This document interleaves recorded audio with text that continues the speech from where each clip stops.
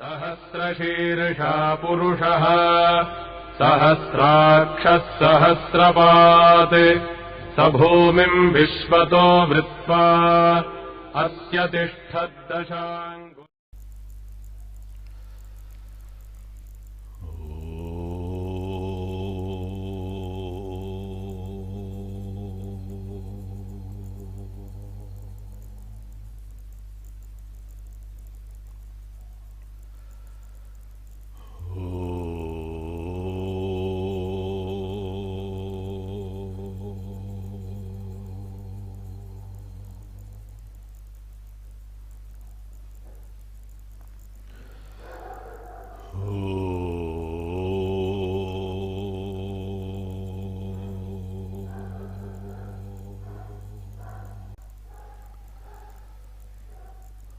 ॐ सदाशिवसमारम्भाम् शङ्कराचार्यमध्यमाम् अस्मदाचार्यपर्यन्ताम् वन्दे गुरुपरम्पराम्।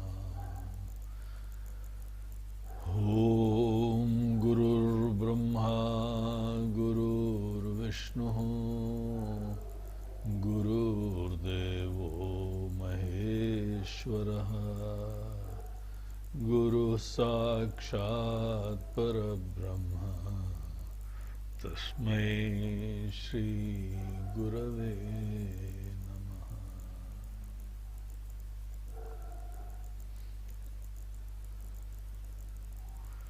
ओम हरि ओम।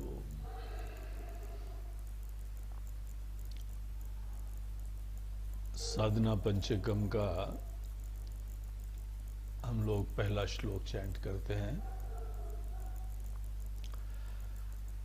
वेदो नित्यमधीयताम् तदुदितं कर्म स्वनुष्ठीयताम् तेने शस्य विधीयतामपचितिः काम्ये मते त्यज्यताम् पापौघः परिधूयतां भवसुखे दोषोऽनुसन्धीयताम् आत्मेच्छाव्यवसीयतां निजगृहात् तूर्णं विनिर्गम्यताम्।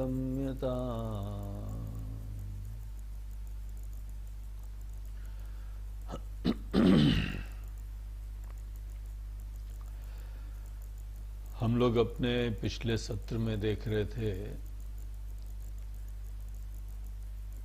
कि भगवान शंकराचार्य जी अपने इस अंतिम उपदेश में हम लोगों को प्रेरणा देते हैं कि अध्यात्म के पथ के ऊपर चलने के लिए आप नित्य वेदों का पाठ करें और जो वेदों के अंतर्गत हम लोगों को शिक्षा दी गई है, जो जीवन की दृष्टि दी गई है, जो ज्ञान दिया गया है, उसका फिर बहुत अच्छी तरीके से जीवन में अनुष्ठान करें। ये जो दूसरा सूत्र है तद उदितम कर्म स्वनुष्ठीयताम, इसके ऊपर हम लोग पिछले 2 सत्रों से विचार कर रहे हैं। हमने इन 2 सत्रों में आपको कुछ पहलू इसके बारे में बताए थे कि तद उदितम कर्म स्वनुष्ठीयताम का क्या आशय होता है। वेदों के अंदर प्रतिपादित कर्म को बहुत अच्छी तरीके से करें। तो यहां पे हमको कौन से कर्म बताए गए हैं? देखिए, कर्म तो हमको जो करने होते हैं वो कुछ तो हमारी प्रकृति बताती है, कुछ परिस्थिति बताती है, तो वो तो वही करने हैं। लेकिन वेद हमको जो कर्मों के बारे में बता रहे हैं वो क्या बता रहे हैं? वो हमको बता रहे हैं कि हमारी प्राथमिकता सदैव जो है वह अपने आप को और जो है वो विकसित करने की सदैव होनी चाहिए। कर्म को एक निमित्त बनाएं बहुत अच्छी तरीके से करने के लिए, एक एक्सीलेंस अपने अंदर से उत्पन्न करना और उसका आनंद लेना, वही अपनी चुनौती रखना। टू ब्रिंग कर्म करने के बाद फल तो मिलेगा ही मिलेगा, उसमें कोई बहुत बड़ा इश्यू नहीं है। और कर्म सदैव आपके ऊपर आश्रित होता है, आपके ऊपर ही डिपेंड होता है। और जो कर्म फल आएगा वो केवल कर्मों के ऊपर डिपेंड करता है। दुनिया में हर इंसान को कर्म फल की एंजाइटी बढ़ी हुई है, और कर्म फल की एंजाइटी के चक्कर में हम लोग कर्म को बहुत सुंदर बना नहीं पाते हैं। यही हमारे बड़े बुजुर्ग लोग हमको बताते हैं, ये शेयर करते हैं बड़े प्रेम से। यही जीवन दर्शन हमारा होना चाहिए, जिसके द्वारा हम अपने कर्म को जस्टिस दे सकें, प्रेम से कर सकें, दिलो जान से कर सकें। एंजाइटी के जो फैक्टर्स हैं उनको हम कांटे की तरह दूर कर सकें। शांत हो, प्रसन्न हो, इंस्पायर्ड हो, डेडिकेटेड हो, फोकस्ड हो, और इसी कर्म को एंजॉय करें। जो भी हमको जीवन दर्शन इस प्रकार से कर्म करने के लिए फोकस कर देता है, डेडिकेट कर देता है, वही कर्म का वास्तविक उपदेश होता है। पहली चीज तो यहां पे कर्म के अंतर्गत हमको टोटली डेडिकेट कर देना। जो कर्म ऐसा इंसान करे बहुत अच्छा करे। इस व्यक्ति के अंदर, इस मन के अंदर सुंदरता दिखाई पड़ने लगती है। हम प्रोफेशनल काम कर रहे हैं, हम घर का काम कर रहे हैं, हम भोजन बना रहे हैं, भोजन खा रहे हैं, बात कर रहे हैं, गीत गा रहे हैं, चल रहे हैं, देख रहे हैं। जिस समय आदमी हर कर्म अच्छी तरीके से करता है, तभी जीवन का उसको समग्र आनंद मिलता है, हर पहलू का आनंद मिलता है। वास्तविक आनंद हमारे अच्छी तरीके से उपलब्ध होने में है, जग के जीने में है। जो जो जीवन के मोमेंट्स होते हैं, जब हम समग्रता से जग के कोई भी हमने देखा भी अगर किसी दृश्य को, वही हमको सबसे जो है सुंदर मेमोरीज रहती हैं। जब बहुत अच्छी तरीके से बोले थे, जब बहुत अच्छी तरीके से हम किसी से मिले थे, जब बहुत अच्छी तरीके से पढ़े थे, वो मोमेंट्स होते हैं जहां पे हम अच्छी तरह से अवेलेबल थे, उपलब्ध थे। तो जो हमारा हितैषी है वो हमको सदैव इस चीज की प्रेरणा देगा कि हम अपने कर्म को बहुत अच्छी तरीके से कर पाए। Just forget about the results. चिंता नहीं करो, एक बार देख लो, निश्चय कर लो, उसके उपरांत इस जर्नी को एंजॉय करना चाहिए। यही वेदों के उपदेश का थ्रस्ट होता है। कर्म अपने आप में बहुत ही एक सूक्ष्म चीज होती है, इसीलिए सदैव जो है वह वेदों के द्वारा प्रतिपादित कर्म को समझना चाहिए और उसी को श्रद्धा से अपने जीवन में उतारना चाहिए। That is the right way. नहीं तो इतना मेहनत करते हैं, एंजाइटी रखते हैं, तनाव रखते हैं, और ढाक के तीन पात वहीं पे वहीं घूमते रहते हैं। इसीलिए ये जो वेदों ने हमको कर्म की कला बताई हुई है, उसको बहुत ध्यान से, बड़े आदर से सुनिए।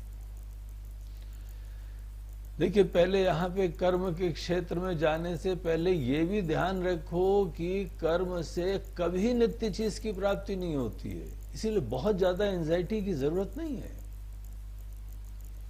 आप कर्म के क्षेत्र में जो कुछ प्राप्त करेंगे सब अनित्य होने वाला है, सब मोमेंट्री होने वाला है।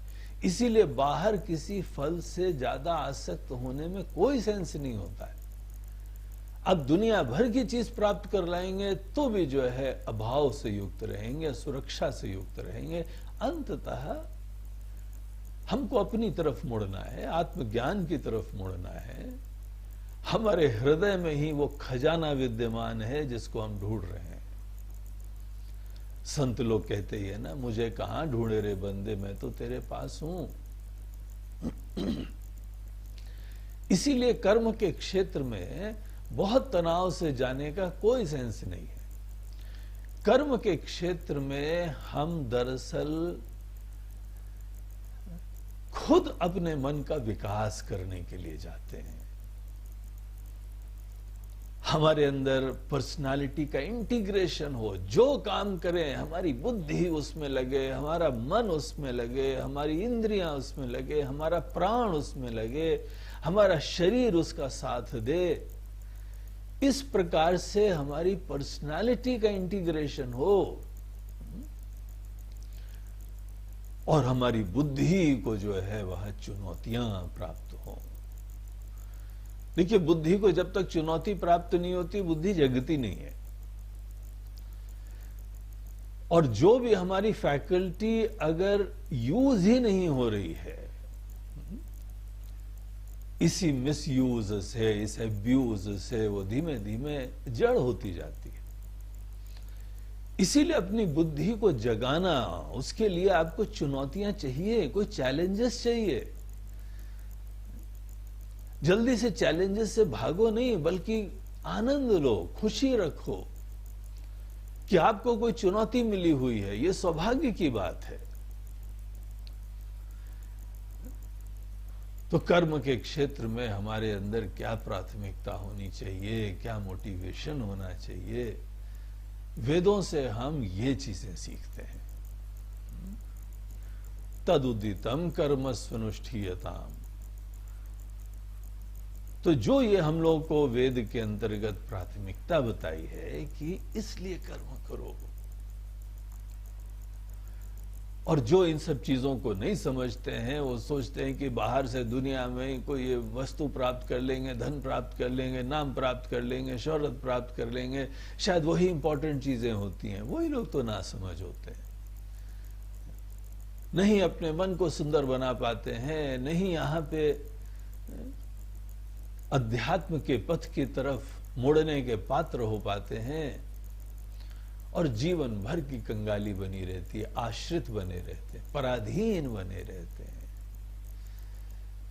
ये मोहित लोग हैं, अज्ञानी लोग हैं। इसीलिए कर्म के क्षेत्र में बहुत ही उत्साह से जाना चाहिए।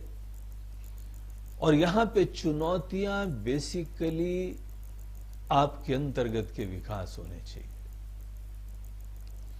एक खिलाड़ी का कोई वाक्य हमको बहुत अच्छा लगा। उसने ये कहा कि हम सदैव अपने आप को ही चैलेंज करते हैं। हर परिस्थिति में हम देखते हैं कि हमारे अंदर ये सामर्थ्य है कि नहीं, हम ये कर सकते हैं कि नहीं, ये फील्ड हमारे प्रेम का है, और हम सतत आगे बढ़े। हमारे बड़े से बड़े आदर्श हैं, रोल मॉडल्स हैं, उन्होंने ये काम करा, तो हम अपने अंदर ये विकास करने की ही प्रेरणा रखते हैं। हमारा तो अचीवमेंट उसी में ही है कि हम विकास करें। हम ये शॉट नहीं मार पाते हैं, देखें मारें कि नहीं मारें। हम ये दौड़ पाते हैं कि नहीं दौड़ पाते हैं। हम ये सोच पाते हैं कि नहीं सोच पाते हैं। इस जटिल समस्या की गहराई में हम जा पाते हैं कि नहीं जा पाते हैं। ये सब्जेक्टिव चैलेंजेस हमको होने चाहिए। और अगर आपने इन सब्जेक्टिव चैलेंजेस को प्रधानता दी, तो बाहर तो आपको फल मिलेगा ही मिलेगा। कर्म जहां होता है, कर्म फल तो मिलना ही मिलना है, उसमें कोई बहुत ज्यादा चिंता की बात ही नहीं है। इनफैक्ट जो फिलॉसफी, जो जीवन की आर्ट आपको कर्म करने के लिए अच्छी प्रेरणा देती है, निश्चिंत होके, वही तो जीवन में सुख होता है, वही तो सफलता होती है।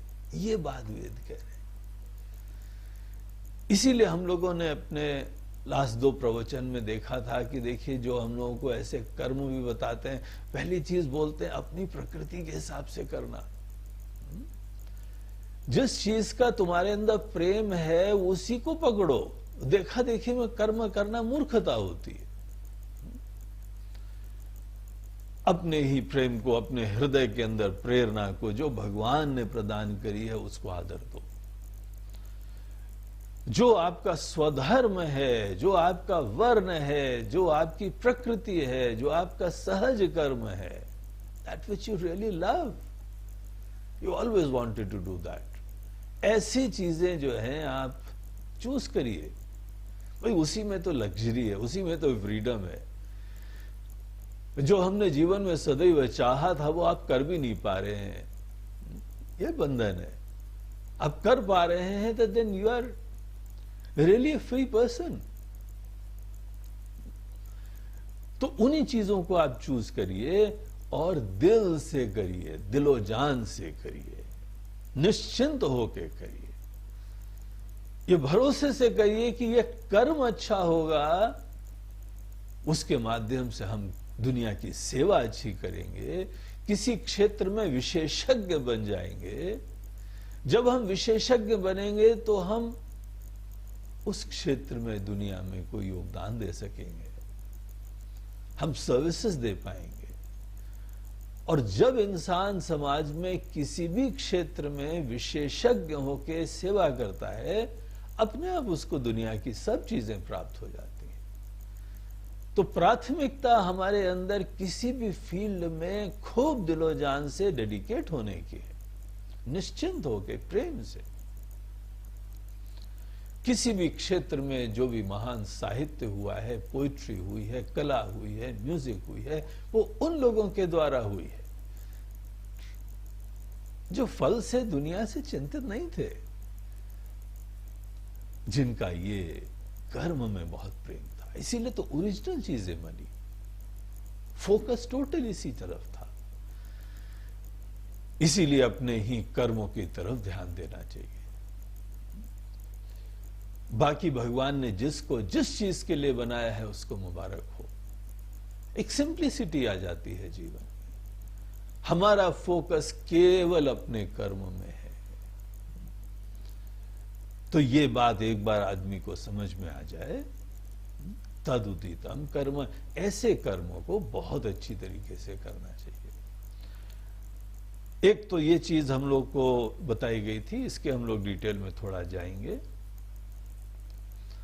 और दूसरी चीज यह है कि कुछ और ऐसे कर्म हैं जो हमको और समर्थ बनाते हैं, हमारी एटीट्यूड सुंदर बनाते हैं, वो हमारे नित्य कर्म हो जाते हैं।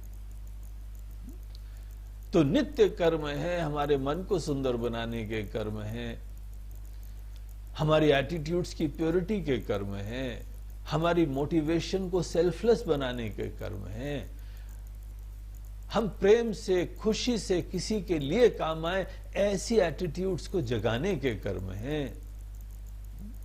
कम से कम में हम जी पाए, ये तपस्विता के कर्म हैं। हम उदार होके सबके प्रति अपनापन रख पाए, ये दान के कर्म हैं। सेल्फलेस होके, निस्वार्थ होके हम जीवन में जी पाए, ये यज्ञ भाव के कर्म हैं। ये सब कर्म अपने मन को सुंदर बनाने के लिए, अपने आप को समर्थ बनाने के लिए इसकी तरफ फोकस करना चाहिए। यही प्राथमिकता होनी चाहिए। दुनिया में भोग भी दिखाई पड़ेगा, लग्जरी भी दिखाई पड़ेगी। इन सब चक्करों में अगर हम अपने यज्ञ, दान, तप की प्राथमिकताओं को, लक्ष्यों को भूल जाते हैं तो आप पराधीन हो जाएंगे, आसक्त हो जाएंगे। चीजों पे डिपेंड होंगे और ये ही जो है वो अनेकों प्रकार की समस्या और दुख का कारण हो जाएगा। इसीलिए इसकी तरफ आप फोकस करते रहें। देखिए, आप कमल की फूल की तरीके से दुनिया में रहेंगे और सतत आपका विकास होता रहेगा। पिछले हमने सत्र में ये देखा था कि देखिए, वेद हमको जो कर्म बताते हैं ना, उसके अंदर प्राथमिकता हमारी सदैव धर्माचरण होती है। हम उचित कर पाए, प्रार्थना करते हैं भगवान से, भगवान हमको ऐसी सद्बुद्धि दीजिए कि हम जीवन में सदैव अच्छा काम कर पाए,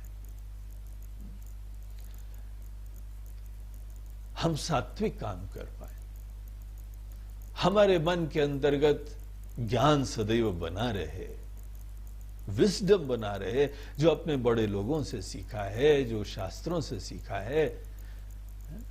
हम लोग कई बार फिसलने की संभावना रखते हैं, देखा देखी में फिसल जाते हैं। इस चीज का ज्ञान बनाए रखें। ये उचित कर्म है, ये सही तरीका होता है। तो कहीं पर हम लोगों को बताया जाता है कि श्रेय पथ का ध्यान रखो, अच्छा लग रहा है, प्रिय लग रहा है, ये कमजोरियां हैं, ये प्रलोभन है, ये बंधन के तरीके हैं, ये बाहर उलझने के तरीके हैं। प्रिय वो होता है जो उचित होता है, जो सत्य होता है। अपने ईगो के फुलफिलमेंट की तरफ मत जाओ, वो बंधनकारी होता है, आपको आश्रित कर देगा, आपको पराधीन कर देगा वो सब। इसीलिए उचित ये होता है कि आप अपने अंतर्गत विकास करिए। जो किसी भी चीज में सत्य है, निश्चिंतता से उस चीज का अनुसरण करिए। प्रियता हमारी पसंदगी नहीं है, प्रियता सत्य का अनुष्ठान करना है। सत्य को समझने के उपरांत उस पथ के ऊपर चल पाना है।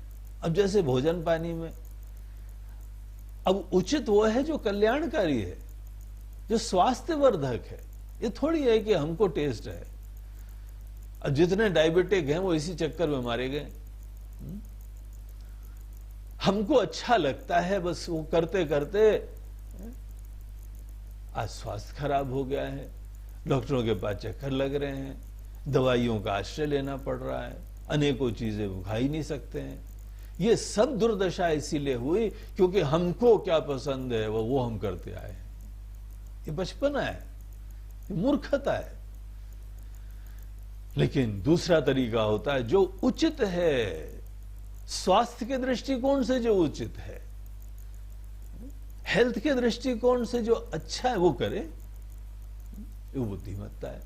किसी भी क्षेत्र में, कोई ऑफिस में है, कोई बिजनेस में है, कोई रूल कर रहा है, कोई राजा है, कोई सेवक है, कोई भक्त है, व्हाट इज राइट, जो उचित होता है वो करने की ही चुनौती होनी चाहिए।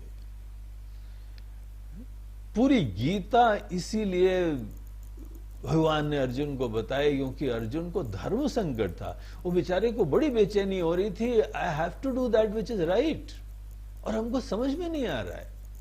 इतनी बेचैनी हो रही थी। बेचैनी तभी होती है जब ये चीज हमारी प्राथमिकता होती है। हम सदैव उचित का आश्रय लेना चाहें तभी तो बेचैनी होगी। समझ में नहीं आ रहा है, चलो पूछते हैं, चलो पढ़ते हैं, चलो विचार करते हैं, लेकिन करना वही है जो उचित होगा। केवल हमारी पसंदगी, हमको पसंद आता है, हमको नहीं पसंद आता है, इमेच्योरिटी, ये ना समझिए। राग द्वेष को भगवान बोलते हैं कि ये तुम्हारे रास्ते के चोर हैं, सब लूट के ले जाएंगे और सब पराधीन कर देंगे, आश्रित हो जाएंगे, कमजोर होकर जीवन जियोगे। ये मूर्खता का जीवन है। तो सदैव श्रेय पथ पे चलें। यतो धर्मः ततो जयः। जहां पे धर्माचरण होता है वहीं पे सब कल्याण होता है। That which is right is called धर्म। तो कर्म के अंदर राइट ये होता है कि हमारी प्राथमिकता हर चीज को सुंदर बनाने की हो और उसको पूजा बना दो। ऐसे करो, ये सोचो कि भगवान देख रहे हैं, भगवान को यही पुष्प अर्पण करना है। इतना सुंदर अगर गाना है तो ऐसे गाना कि दुनिया समझे ना समझे। अब बहुत क्लासिकल चीज हो जाएगी तो कोई समझने वाले बड़े कम हो जाएंगे। लेकिन हमको भगवान को बेस्ट पॉसिबल अर्पण करना है। बनाना है भोजन तो ऐसे बनाओ कि भगवान को हमको भोग लगाना है। जो भी चीज हो हम बेस्ट पॉसिबल करने का ही जीवन में दर्शन रखें। भगवान ही हमारे सामने किसी रूप में आए हुए हैं और हमको इस समय सेवा का सौभाग्य प्राप्त हुआ है। ये कर्म करने के तरीके। तद उदितम कर्म स्वनुष्ठीयताम्। आदमी को जो कर्म करने चाहिए उसके बारे में हम लोगों को ये 4 वर्ण हम लोगों के सनातन धर्म में, हिंदू धर्म में, वेदों में बताए हुए हैं। बड़ी यूनिक चीज है। इसके बारे में बड़ी नासमझी है और काफी हिंदुओं के ऊपर बड़े ऐसे जो है वह आधुनिक कहे जाने वाले लोग बड़े कीचड़ उछालते हैं। नासमझ लोग हैं, अज्ञानी है कि हिंदू धर्म के ये कास्ट सिस्टम के वजह से बड़ी दुर्दशा हुई है। देखिए, किसी चीज का भी दुरुपयोग करें तो दोष सदैव होता है। और जो अगर यहां पे समाज में कोई दोष हुए हैं तो केवल नासमझी से हो रहे हैं। और नासमझी से जो होता है उसमें सिस्टम का दोष नहीं होता है, उसमें पालन करने वाले का दोष होता है, उसके अज्ञान का दोष होता है। इसीलिए अगर यहां पे कास्ट सिस्टम के द्वारा उत्पन्न समस्याओं का समाधान सही में करना है तो कास्ट सिस्टम को नहीं कीचड़ उछालना चाहिए। उसके दुरुपयोग के जो भी लूप होल्स हैं उसको बंद करें। कास्ट सिस्टम बेसिकली हमको ये बताता है कि हर व्यक्ति को कर्म वो करना चाहिए जिस चीज के लिए वो स्वाभाविक रूप से समर्थ है, इंक्लाइंड है, डिस्पोज्ड है। ये तो एक्सीलेंस का सूत्र होता है। अनेकों देशों में बच्चों को बचपन से ही उनके अंदर क्या इंक्लिनेशंस हैं, क्या झुकाव है, वो समझा जाता है। प्रोफिशिएंसी देखी जाती है और उसी को जो है चूज करके वो बचपन से उनको धीमे धीमे विकसित करवाते हैं। जो हर व्यक्ति के अंदर ये स्वाभाविक सामर्थ्य होता है उसके अनुरूप ही कर्म करना, यही वर्ण का जो धर्म है, जो कास्ट का सिस्टम है, उसका प्राण होता है। ना what is wrong with that? ये साइकोलॉजिकली परफेक्ट चीज है। और इसीलिए हम लोगों के देश के अंदर इतनी जो है वह हर क्षेत्र के अंतर्गत विकास हुआ है। आर्ट हो जाए, लिटरेचर हो जाए, साइंस हो जाए, फिलॉसफी हो जाए, मैथमेटिक्स हो जाए, बिजनेस हो जाए। एक समय ये सभी जानते हैं ना कि भारत देश सर्वोत्कृष्ट देश था। लोग सपने देखते थे यहां आने के लिए। ये इसीलिए क्योंकि हम लोगों ने हर व्यक्ति के अंदर एक्सीलेंस को बढ़ावा दिया है।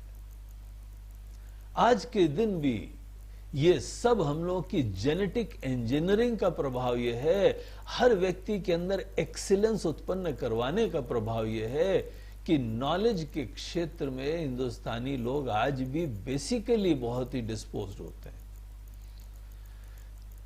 तो कोई डॉक्टर्स हैं, इंजीनियर्स हैं, साइंटिस्ट हैं, किसी भी क्षेत्र में हिंदुस्तानियों को, हिंदुओं को लगाओ तो बहुत अच्छी तरीके से जो है वह विकसित हो पाते हैं, क्योंकि यही हमारे जीन्स के अंदर है कि कोई भी चीज हो अपने ही प्रेम को परस्यू करके उसको हम पूजा बना लेते हैं। हम दुनिया भर का बोझा नहीं रखते हैं।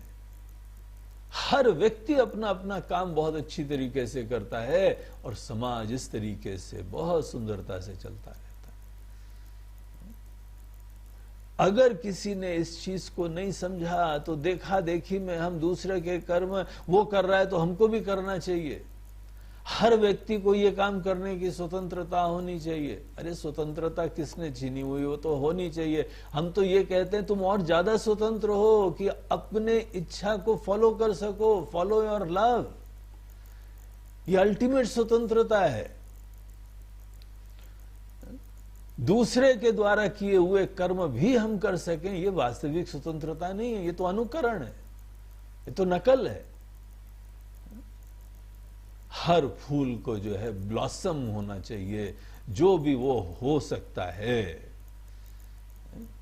जो नेचुरली डिस्पोज्ड है जिस चीज के लिए। वर्ण जो है वह दिखाते हैं। ब्राह्मण वर्ण उसको बोलते हैं जो बेसिकली ज्ञान को फॉलो करने के लिए, परस्यू करने के लिए इंक्लाइंड होता है। ऐसे लोग होते हैं जिनके अंदर और गहराई में जाने की ही प्रेरणा होती है सदैव। उनका वास्तविक आनंद होता है कि हम प्योर साइंसेस में जाएं, हम किसी चीज के भी रहस्य को जाने, तो रिसर्च करते हैं, चिंतन करते हैं, मनन करते हैं। ये नेचुरली जो डिस्पोज्ड होते हैं वही हमारे साइंटिस्ट बनते हैं, वही हमारे डॉक्टर्स बनते हैं, वही हमारे टीचर्स बनते हैं, रिसर्च स्कॉलर्स बनते हैं। समाज उनको सपोर्ट करता है, जॉब्स देती हैं कंपनियां, गवर्नमेंट। बोलते हैं अरे ऐसे लोग को अमेरिका चुन चुन के दुनिया भर से ये मोती लाता है कि ऐसे ज्ञान, अगर इस चीज को जो है वह दिल से जो परस्यू कर रहे हैं, आप हमारे देश में आ सकते हैं। तो ये जो है ब्राह्मण लोग, जो भी आदमी ज्ञान के लिए डिस्पोज्ड होता है, हम उसको पहचानना सीखें। हमारे एजुकेशनल सिस्टम्स, हमारे सोशल सिस्टम्स ऐसे होने चाहिए कि हम सेंसिटिव हो पाए ऐसे लोगों के प्रति और उनको हम एनकरेज कर पाए, कोई भी हो। फिर वो यहां जन्मा है, गरीब है, अमीर है, इट्स इमटीरियल। लेकिन प्राथमिकता ये होनी चाहिए कि अंदर से ये सामर्थ्य है, इसको हम विकसित कर पाए। कोई व्यक्ति नेचुरली डिस्पोज्ड होता है कि जो सत्य है उसके लिए जान भी दे देगा। वो अकेले चल के आवाज उठाएगा, सबको साथ लेगा, इंस्पायर कर देगा सबको, और एक दिशा में वो आदमी आगे बढ़ने के लिए प्रेरित होता है। ये विशेष क्वालिटी होती कुछ लोगों की। ऐसे लोगों को हम लोगों ने क्षत्रिय कहा था। और कुछ लोग होते हैं जो बहुत अच्छा दिमाग उनका लगता है बिजनेस में, व्यापार में। कोई भी चीज दो, उसको आगे बढ़ा देते हैं, उसे प्रोडक्टिविटी उत्पन्न कर देते हैं। अब इस प्रकार की जो बिजनेस एक्यूमेन है, जो भी रिसोर्सेस है मल्टीप्लाई कर देते हैं, ऐसी सेवा करते हैं, उनका ध्यान रिसोर्स के मल्टीप्लिकेशन के ऊपर रहता है। बहुत तत्व का ज्ञान और दुनिया को लीड करना, ये सब चीजें उनके लिए प्रधान नहीं है। उनके लिए प्रधान ये रहता है कि जो चीज भी यहां पर आप उनको दो, वो रिसोर्सेज मल्टीप्लाई कर लेंगे। तो पैसे को मल्टीप्लाई करने का किसी के अंतर्गत बहुत जो है सामर्थ्य रहता है। ऐसे लोगों को हम लोगों ने वैश्य कहा। ये सब में नहीं होता है। ये कोई दार्शनिक में, कोई शिक्षक में, कोई ऋषियों में ये बुद्धि नहीं होती है, ये विचार ही नहीं होता है। और नेताओं के अंदर, वास्तविक नेता वो ये नहीं ज्यादा चिंता करते हैं। वो लोग जो उचित है वो समाज में होना चाहिए, उसके लिए जो भी खर्चा करना है। हम टैक्स ले लेंगे, दुनिया से पैसे जोड़ लेंगे, लेकिन फाइनली हमारे देश में, हमारे समाज में, हमारे परिवार में जो उचित है वो करने के लिए हम लोग डिस्पोज्ड होते हैं।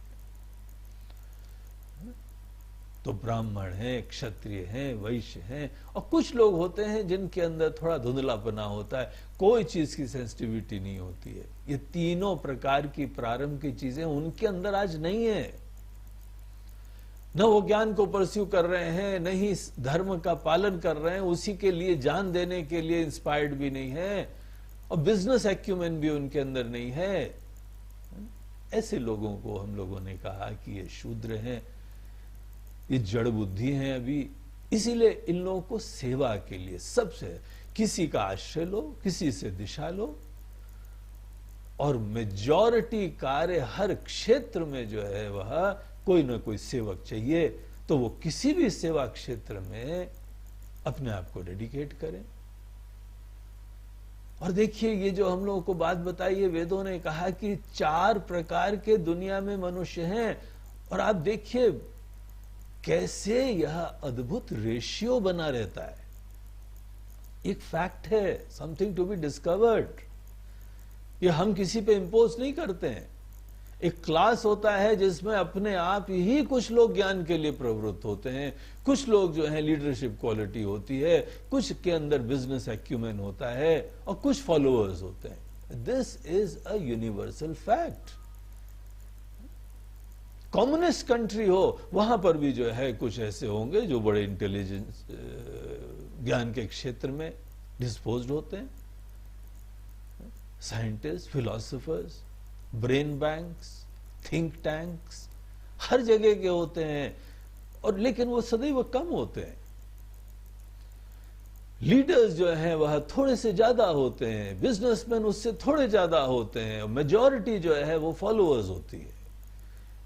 ये भले किसी ऑर्गेनाइजेशन में आप देखें, विजनरीज कुछ होंगे, कुछ इंप्लीमेंट करने के एग्जीक्यूटिव्स होंगे,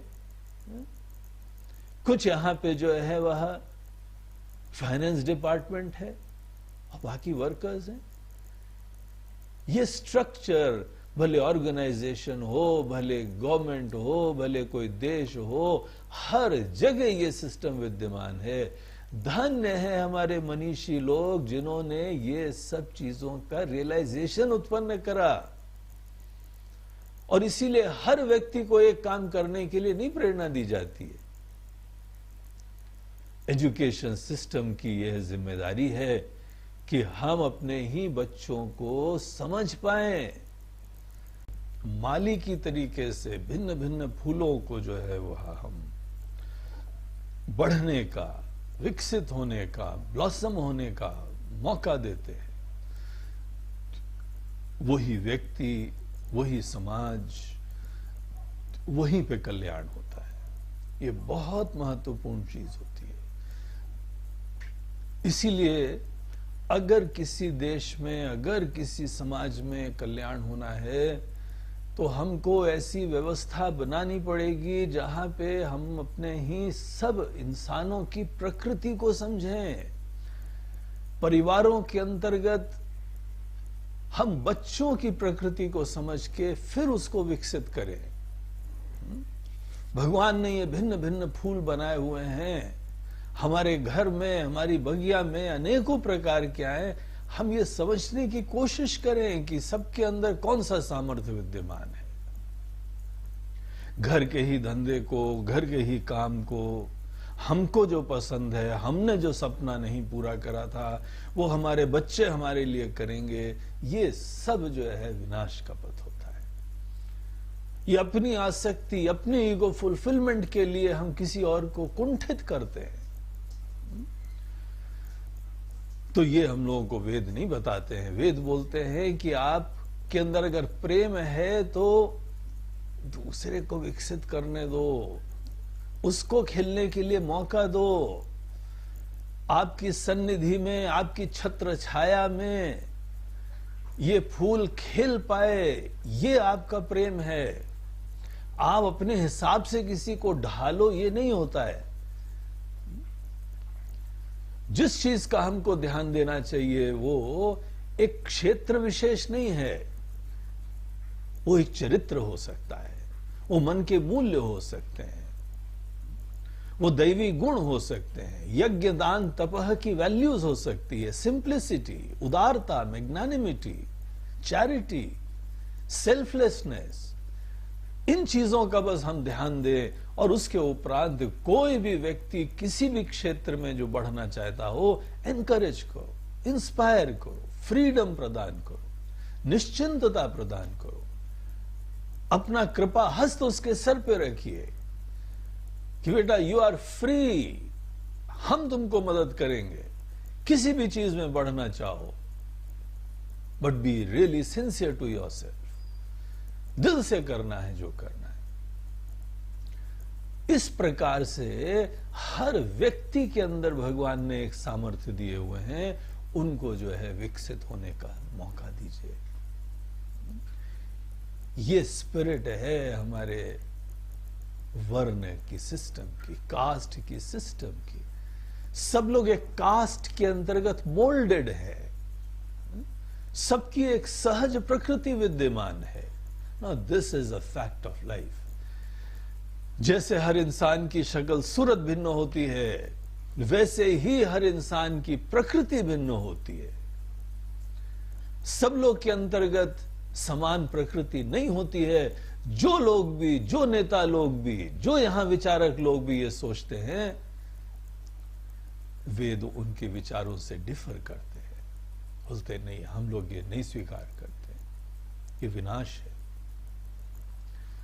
ये किसी व्यक्ति को जीवन के अंदर स्वतंत्रता ही नहीं प्रदान करने की बात है। अगर कोई चमेली का फूल है तो हम उसको गुलाब क्यों बनाएं? चमेली को चमेली रहने देना चाहिए।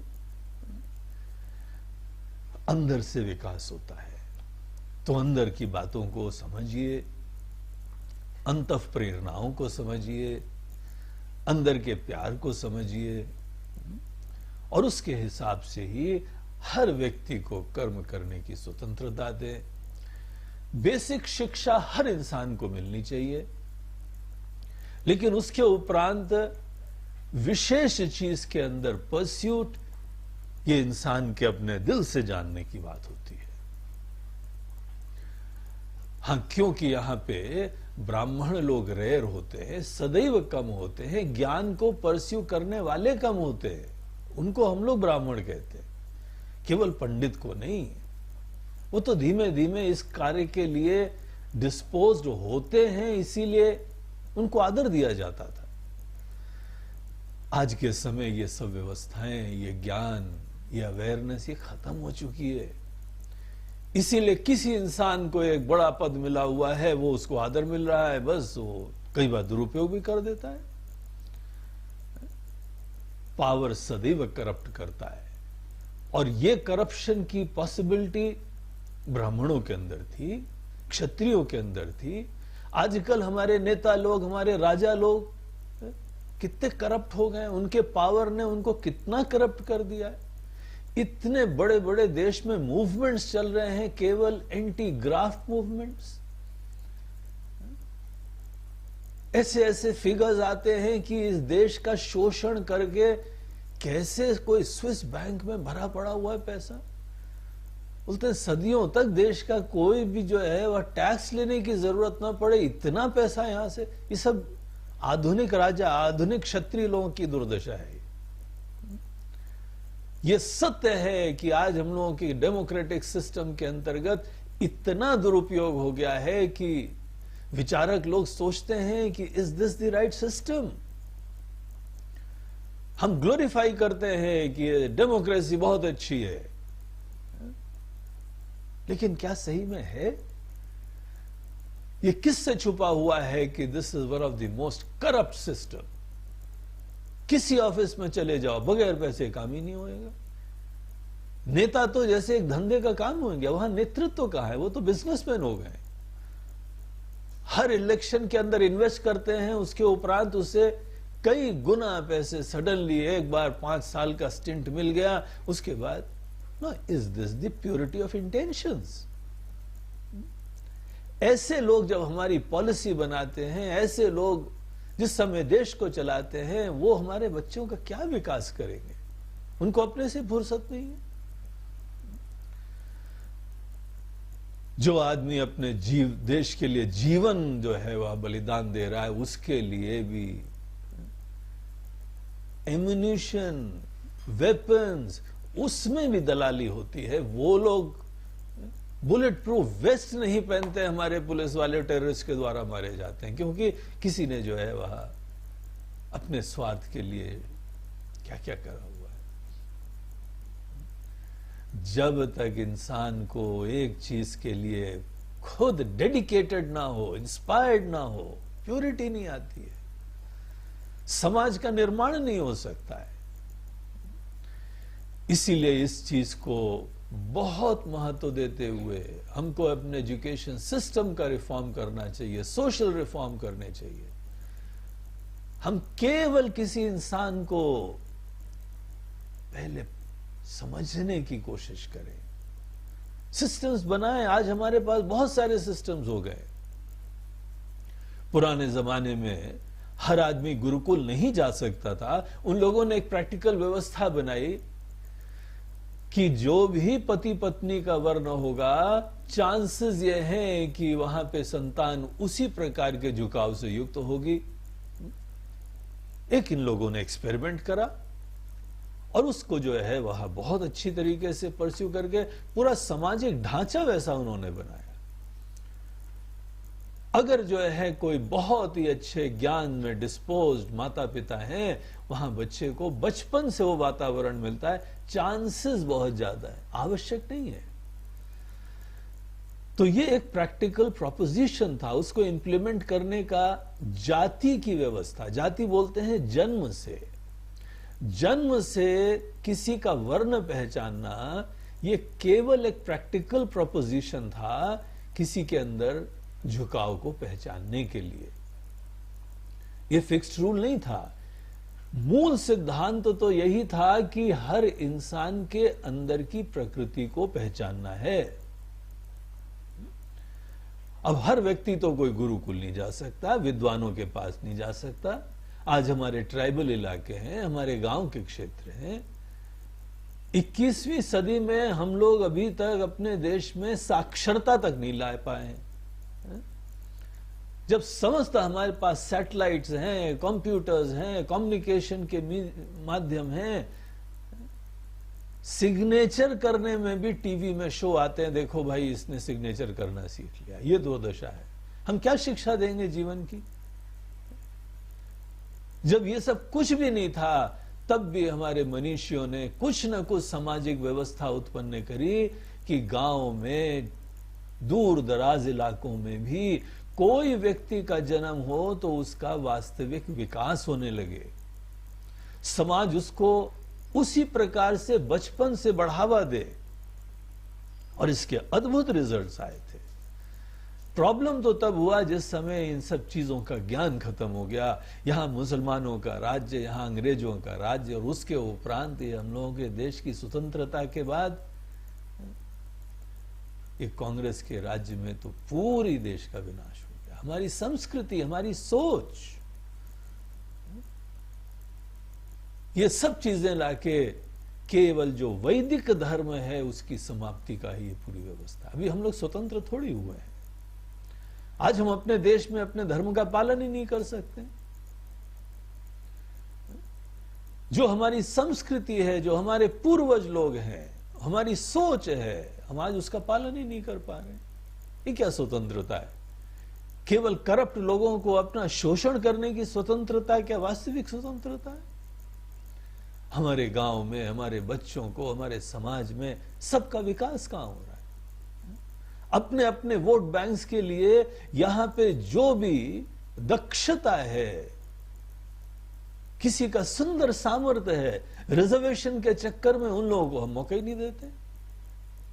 विदेश में जाके वो लोग अपनी स्टडी परस्यू कर रहे हैं, क्योंकि यहां पे नेताओं की अपनी विकृत सोच है। ये शोषण है।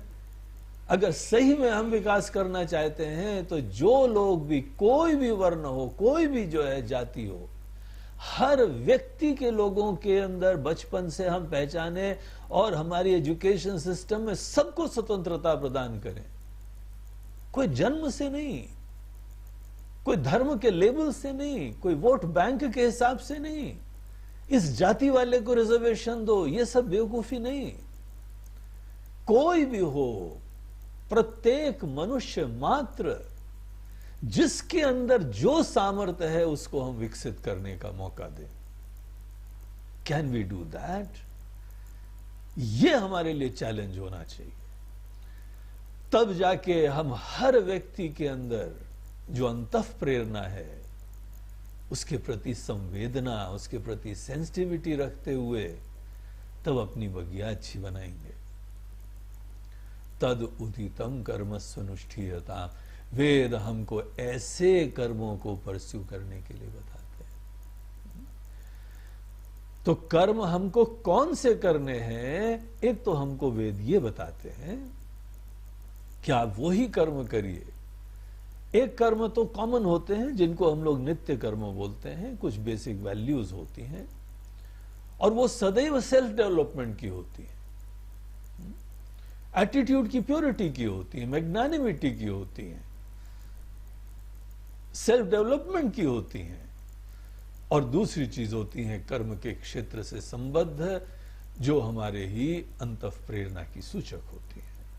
केवल इन्हीं में फोकस करो और ऑब्जेक्टिव हम कोई भी कर्म करें सदैव जो है वह हम उचित कार्य कर पाए, धर्माचरण कर पाए। हे भगवान, हमको ऐसी ही बुद्धि दीजिए। धियो यो नः प्रचोदयात्, हमारी बुद्धि विकसित हो, हमारा मन, हमारा ज्ञान वो सुंदर होता जाए जिसके द्वारा हम सदैव धर्माचरण करें। हम कहीं पर भी रहें, किसी परिवार में रहें, किसी देश में रहें, किसी समाज में रहें, हम जहां पे रहें वहां पे धर्माचरण होने लगेगा। ऐसे व्यक्तित्व, ऐसे लोग यहां पे विकसित हों,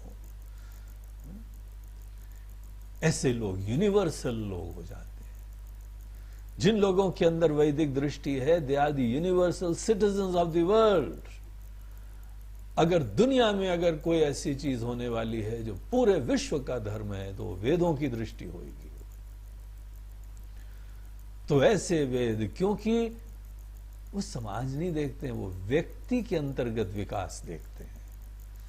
हर व्यक्ति का विकास सुंदर हो। हम अपनी पसंदगी नापसंदगी को किनारे करें, हमारे ईगो फुलफिलमेंट को हम किनारे करें, हर व्यक्ति का विकास हम सोच पाए। हमारा प्रेम, हमारा ज्ञान, हमारी उदारता, हमारी महानता उसमें होती है। उसी को हम लोग महात्मा बोलते हैं। ये महान आत्माएं हैं जो दूसरे का विकास सोच रही है, जो अपनी खुशी, हमारा पीड़ा, हमारा नाम, हमारी शोहरत, ये नीच लोग होते हैं, छोटे लोग होते हैं। तो सबका कल्याण हो। बच्चों के ऊपर अंकुश मत लगाओ, क्या आपके हिसाब से चलना चाहिए। उनको आपकी छत्र छाया में विकसित होने का मौका दो। सुंदर जो है उदात्त मूल्य हो और जो कार्य करें। देखिए, प्रेम से जब आदमी काम करता है ना तो दिल लगाता है। जब प्रेम से काम करता है तो उसको भविष्य की कर्म फल की चिंता नहीं होती है, क्योंकि द फेलो इज एंजॉयिंग। किसी बच्चे को अपना जो खेल के समय होता है काम, समय रुक जाता है, कोई चिंता ही नहीं होती है। ये ब्यूटी है कि आदमी अपने प्रेम को परस्यू करे। शिक्षाविद लोगों के लिए चुनौती होती है कि हम अपने ज्ञान को प्रदान करने की प्रक्रिया को भी खेल कैसे बना दें। इंजॉय करें सब लोग, they really love this thing. हमारे प्रेममय संबंध प्रिय होते हैं जहां पे हम किसी चीज में भी प्रेम को जोड़ सकें, वो पवित्र होने लगता है। कर्म प्रेम से करो, पूजा प्रेम से करो, रिलेशनशिप प्रेम से रखो, सब चीजें प्रेम से हों, ये जो है प्रधान होता है। और वो प्रेम केवल हमारी खुशी के लिए नहीं है, प्रेम जो है धर्माचरण करने के लिए। तो इस तरीके से तदुदितम कर्मस्वनुष्ठीयताम, जो वेदों के अंतर्गत हमको बताया है, उस चीज को जो है वो हम परस्यू करें, उसको फॉलो करें। यहां पर ये पहलू भी इस बार हम लोगों ने विचार करा कि कौन से कर्मों की तरफ ध्यान देना चाहिए। यहां पे हम एक दो चीजें अगली बार और शेयर करना चाहेंगे कि कर्म स्वनुष्ठीयताम, एक एक चीजें हैं, थोड़ी गंभीर हैं, और हम अपने ही आचार्य लोगों के गहराई से विचार जो बनाए हुए हैं, प्रतिपादित हैं, वो देखते हैं तो बहुत कुछ शेयर करने की इच्छा होती है। कर्म बोलते किसको है? भगवान कृष्ण बोलते हैं कि अर्जुन किम कर्म किम कर्मेति कवयो पितृमोहिताः। लोग हाथ पैर तो बहुत मार रहे हैं, लेकिन अर्जुन तुमको बताएं, बड़े रेयर लोग हैं जिनको पता है कर्म किसको बोलते हैं। हाथ पैर हिलाने को, सवेरे से शाम को जो करते रहने को, इसको कर्म नहीं बोलते हैं। कर्म करना चाहिए। ये हम लोगों के खच्चर हैं, बैल हैं, कितना कर्म करते हैं, ऊपर से मेहनत करते दिखाई पड़ते हैं, क्या कर्म है वो? हम भी खच्चर की तरीके से सवेरे से शाम लगे रहे, हमने भी शायद कर्म करा ही नहीं है। तो केवल कुछ जो है चीज में लगे रहने को कर्म नहीं बोलते हैं। ये बहुत इंपॉर्टेंट चीज है कि हम कर्म करें। कर्मस्वनुष्ठीयताम तदुदितम कर्मस्वनुष्ठीयताम, ये कर्म शब्द के ऊपर हम लोग को और विचार करना है। और एक और जो विचार करना है वो स्वनुष्ठीयताम, बहुत सुंदर अनुष्ठान करना। ये एक दो चीजें थोड़ा और शेयर करने योग्य है, जो कि फिर हम अपने नेक्स्ट वाले सत्र में आगे कंटिन्यू करेंगे। ओम पूर्णमदः पूर्णमिदं पूर्णात् पूर्णमुदच्यते पूर्णस्य पूर्णमादाय पूर्णमेवावशिष्यते। ओम शांति शांति शांति। हरि ओम श्री गुरुभ्यो नमः। हरि ओम नमः पार्वती पतये। हर हर महादेव। नर्मदे हर। बोलो